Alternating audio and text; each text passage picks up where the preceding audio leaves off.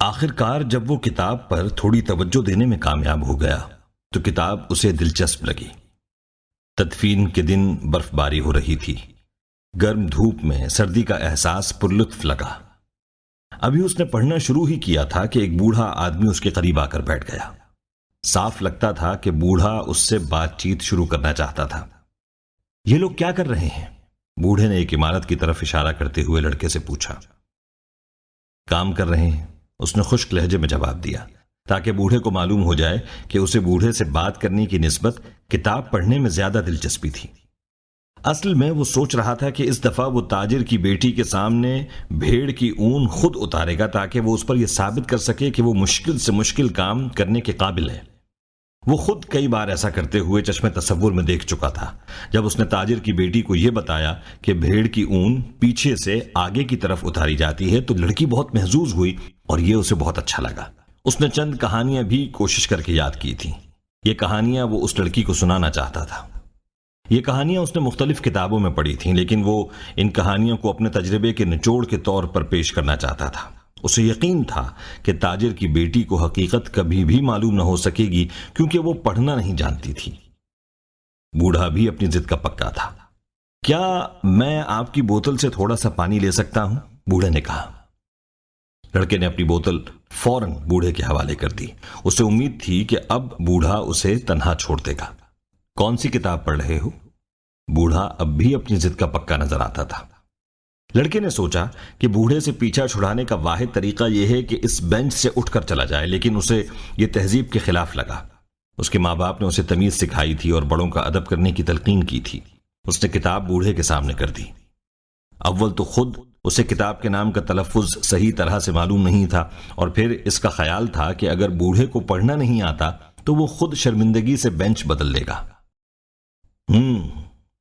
بوڑھا کتاب کا بغور معائنہ کرتے ہوئے بولا، یہ اچھی کتاب ہے مگر بہت ہی خشک۔ لڑکے کو جھٹکا لگا۔ بوڑھا نہ صرف پڑھنا جانتا تھا بلکہ اس سے قبل یہ کتاب پڑھ بھی چکا تھا۔ اگر کتاب واقعی خشک تھی جیسا کہ بوڑھے کا خیال تھا تو پھر اس کے پاس ابھی بھی وقت تھا کہ اسے دکاندار سے تبدیل کر لے، اور اس کا موضوع بھی وہی ہے جو کہ دنیا کی تقریباً تمام کتابوں کا ہے۔ بوڑھے نے اپنی بات جاری رکھتے ہوئے کہا، یہ کتاب اس بات کی وضاحت کرتی ہے کہ انسان اپنی منزل کا انتخاب کیسے کرے، اور اس کا آغاز اس بات سے ہوتا ہے کہ ہر انسان دنیا کے سب سے بڑے جھوٹ پر یقین رکھتا ہے۔ اور دنیا کا سب سے بڑا جھوٹ کیا ہے؟ لڑکے نے استفسار کیا۔ وہ واقعی بوڑھے کے مطالعے کی وسعت سے متاثر ہوا۔ دنیا کا سب سے بڑا جھوٹ یہ ہے کہ ہر شخص کی زندگی میں ایک لمحہ ایسا آتا ہے جب وہ اپنے حالات پر قابو کھو بیٹھتا ہے اور اس کی زندگی پر قدرت کا کنٹرول ہوتا ہے۔ میرے ساتھ ایسا کبھی نہیں ہوا، لڑکے نے جواب دیا۔ بہت خوب، ایسا اس لیے ہے کہ تم سیاحت کے شوقین ہو۔ اسے تو میرے خیالات تک بھی رسائی ہے، لڑکے نے سوچا۔ بوڑھا کتاب کی ورق گردانی میں مصروف تھا اور کتاب واپس کرنے کا اس کا کوئی ارادہ معلوم نہیں ہوتا تھا۔ لڑکے نے پہلی بار بوڑھے کو غور سے دیکھا۔ اس کا لباس عجیب وضع کا تھا۔ لباس سے وہ عربی لگتا تھا، لیکن یہ بات کچھ حیران کن بھی نہیں تھی کیونکہ طرفہ افریقہ سے صرف چند گھنٹوں کے فاصلے پر تھا اور شہر میں اکثر عرب نظر آتے تھے۔ آپ کا تعلق کس علاقے سے ہے؟ اس نے بوڑھے سے پوچھا۔ بہت سارے علاقوں سے، بوڑھے نے جواب دیا۔ کسی شخص کا تعلق بیک وقت بہت سارے علاقوں سے نہیں ہو سکتا، لڑکا بولا۔ میں خود چرواہا ہوں، اس حوالے سے میں بہت سے علاقوں تک گیا ہوں، مگر میرا تعلق صرف ایک علاقے سے ہے جہاں میری پیدائش ہوئی تھی۔ اس لحاظ سے میرا تعلق سلم سے ہے، بوڑھا بولا۔ لڑکے نے سلم کے بارے میں اس سے پہلے کبھی نہیں سنا تھا، مگر سوال کرنے سے اس لیے گریز کیا کہ اس طرح بوڑھا اسے کم علم سمجھے گا۔ اس نے بازار سے گزرتے ہوئے لوگوں کی طرف دیکھا، سب لوگ بہت مصروف نظر آتے تھے۔ تو سلم آج کل کیسا ہے؟ اس نے اس خیال سے سوال کیا کہ شاید اس طرح اسے سلم کے بارے میں کچھ معلوم ہو سکے۔ سلم بالکل ویسا ہی ہے جیسا کہ ہمیشہ سے تھا، بوڑھے نے جواب دیا۔ اسے بوڑھے کے جواب سے مایوسی ہوئی۔ کوئی اشارہ نہیں مل رہا تھا کہ سلم کہاں ہے۔ یہ تو اسے معلوم تھا کہ سلم اندلس کے گرد و نواح میں نہیں تھا۔ اگر ہوتا تو اس نے سلم کا ذکر ضرور سنا ہوتا۔ اور آپ سلم میں کیا کرتے ہیں؟ اس نے ہمت نہ ہاری۔ میں سلم میں کیا کرتا ہوں؟ بوڑھا بولا۔ میں سلم کا بادشاہ ہوں۔ لوگ پتہ نہیں کیوں عجیب و غریب باتیں کرتے ہیں، لڑکے نے سوچا۔ اس سے تو بھیڑوں کا ساتھ اچھا ہے، وہ کچھ بولتی تو نہیں ہے، اور اس سے بھی اچھا ہے کہ انسان تنہائی میں کتاب کا مطالعہ کرے۔ اگر آپ لوگوں کی طرف متوجہ ہوں تو وہ ناقابل یقین قصے کہانیاں سناتے ہیں اور ان سے گفتگو کریں تو ایسی عجیب و غریب باتیں کریں گے کہ آپ کے لیے گفتگو جاری رکھنا مشکل ہو جائے۔ میرا نام میلچی زیدک ہے، بوڑھے نے سکوت کو توڑا۔ تمہارے پاس کتنی بھیڑیں ہیں؟ کافی ہیں، لڑکے نے جواب دیا۔ اس نے محسوس کیا کہ بوڑھا اس کی زندگی کے بارے میں جاننے میں دلچسپی رکھتا ہے۔ پھر تو ایک مسئلہ ہے، اگر تمہارا خیال ہے کہ تمہارے پاس کافی بھیڑیں ہیں تب تو میں تمہاری مدد نہیں کر سکتا، بوڑھا بولا۔ لڑکے کو جھنجھلاہٹ ہو رہی تھی، اسے یہ سمجھ میں نہیں آ رہا تھا کہ اس نے بوڑھے سے کب مدد مانگی تھی، بلکہ بوڑھے نے اس سے پانی مانگا تھا اور اس سے گفتگو کرنے پر مصر تھا۔ میری کتاب واپس کر دیں، لڑکے نے کہا۔ میں نے اپنی بھیڑوں کو اکٹھا کرنا اور بہت دور جانا ہے۔ مجھے اپنے گلے کا 10واں حصہ دے دو تو میں تمہیں چھپے ہوئے خزانے کے بارے میں بتاؤں گا، بوڑھا اس کی بات کو نظر انداز کرتے ہوئے بولا۔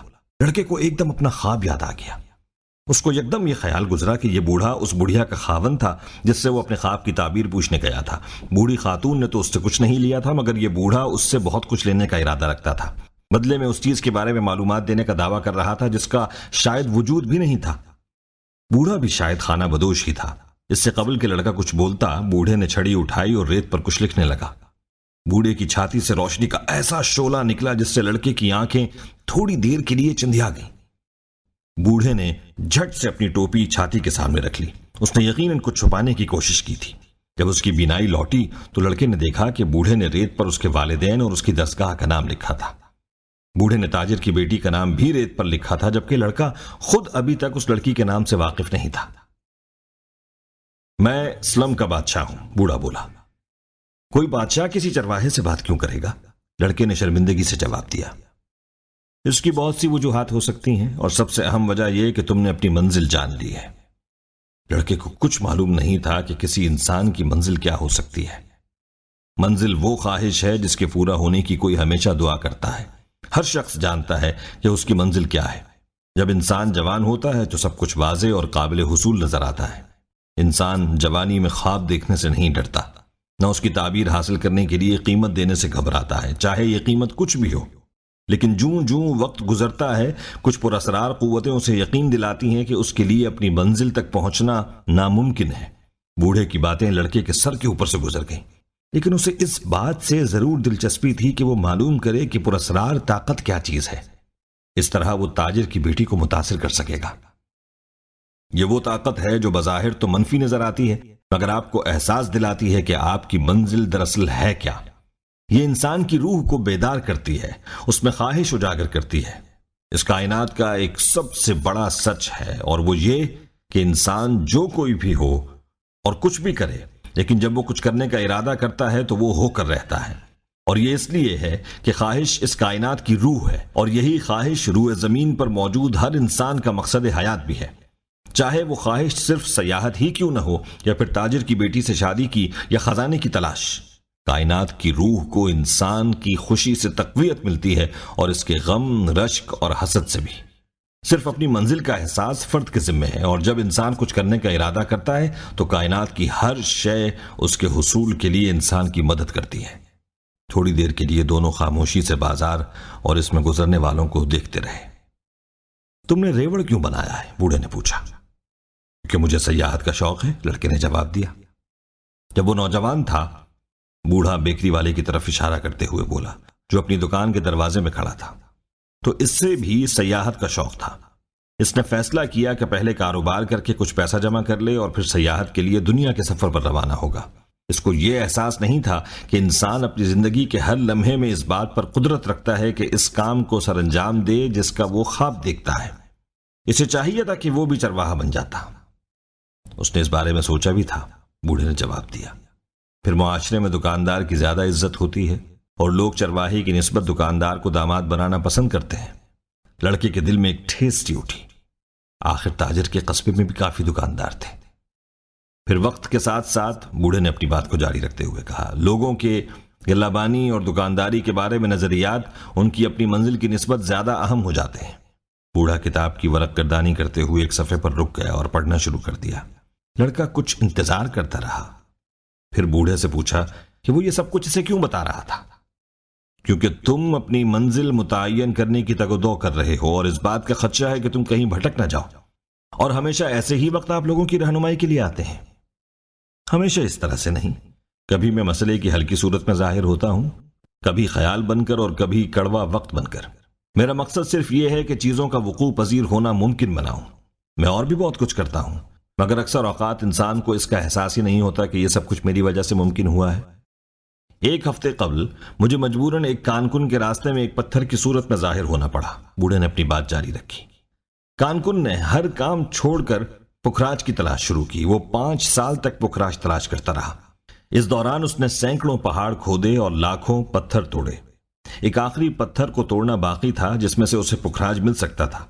اس آخری پتھر کو توڑنے سے پہلے ہی اس کی ہمت جواب دے گئی، کیونکہ اس نے اپنی منزل کی تلاش میں ہر شے قربان کی تھی، اس لیے اس کی مدد کرنا میرے اوپر فرض تھا۔ میں نے پتھر کا روپ دھارا اور کانکن کے راستے میں آ گرا۔ کانکن نے غصے سے اٹھا کر مجھے ایک طرف پھینکا۔ اس نے مجھے اتنی زور سے پھینکا کہ میں جس پتھر پر گرا وہ ٹوٹ گیا اور اس کے اندر سے پکھراج نکل آیا۔ یہ دنیا کا سب سے بڑا اور سب سے خوبصورت پکھراج تھا۔ لوگ اپنی زندگی میں بہت جلد سیکھ جاتے ہیں کہ ان کی زندگی کا مقصد کیا ہے، بوڑھے نے تلخی سے کہا۔ شاید اسی لیے وہ اس کا حصول بھی جلد ترک کر دیتے ہیں۔ آپ خزانے کے بارے میں کچھ کہہ رہے تھے۔ لڑکے کا ذہن ابھی تک خزانے کے آس پاس بھٹک رہا تھا۔ اسے بوڑھے کی نصیحت سے کوئی دلچسپی نہیں تھی۔ خزانہ پانی کے بہاؤ سے آشکار ہوتا ہے، اور یہی پانی ہی اسے آنکھوں سے پوشیدہ بھی کرتا ہے۔ اگر تم خزانے کے بارے میں جاننا چاہتے ہو تو تمہیں اپنے گلے کا 10واں حصہ مجھے دینا ہوگا۔ خزانے کے 10ویں حصے کے بارے میں آپ کا کیا خیال ہے؟ بوڑھے نے مایوسی سے لڑکے کی طرف دیکھا۔ اگر تم آغاز ہی اس چیز کے وعدے سے کرو جو تمہارے پاس ہے ہی نہیں، تو تم اس کے حصول کی خواہش بھی ترک کر دو گے۔ لڑکے نے اسے بتایا کہ اس نے اس سے قبل بھی خزانے کا 10واں حصہ ایک خانہ بدوش خاتون کو دینے کا وعدہ کیا ہے۔ خانہ بدوش اس کام میں ماہر ہوتے ہیں، بوڑھے نے جواب دیا۔ بہرحال اچھی بات یہ ہے کہ تم نے یہ تو سیکھ لیا کہ ہر چیز کی ایک قیمت ہوتی ہے۔ بوڑھے نے کتاب لڑکے کو واپس کرتے ہوئے کہا، کل اسی جگہ اسی وقت مجھے اپنے گلے کا 10واں حصہ لا دو اور میں تمہیں خفیہ خزانے کا پتہ بتاؤں گا۔ اس کے ساتھ ہی بوڑھا اٹھا اور عمارت کے کونے کے پاس روپوش ہو گیا۔